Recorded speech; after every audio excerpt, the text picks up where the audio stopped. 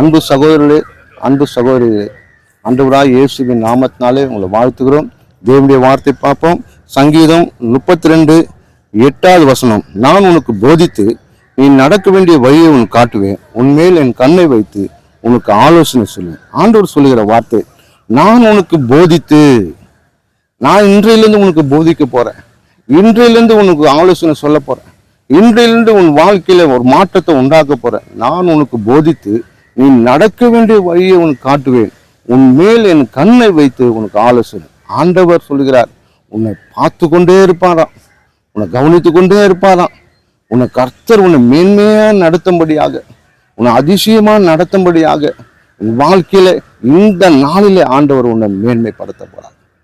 ஆமா, நான் உனக்கு போதித்து நீ நடக்க வேண்டிய வழி, எந்த வழியில போக வேண்டும், நீ போற பாதை சரியில்லைன்னா அவர் சீர்படுத்துகிறவரா இருப்பார்.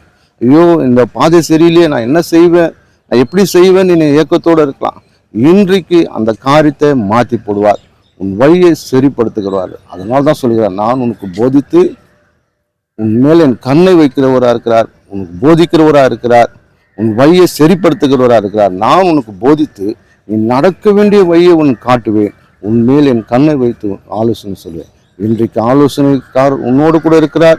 ஆலோசனை சொல்லி உன்னை நடத்துகிறவர், உனக்கு நன்மை செய்கிறவர், உன்னை காரியெல்லாம் செவைப்படுத்துகிறவராக இருக்கிறார். இந்த நாட்களில் உன் துக்கம் முடிந்தது. ஆமென்.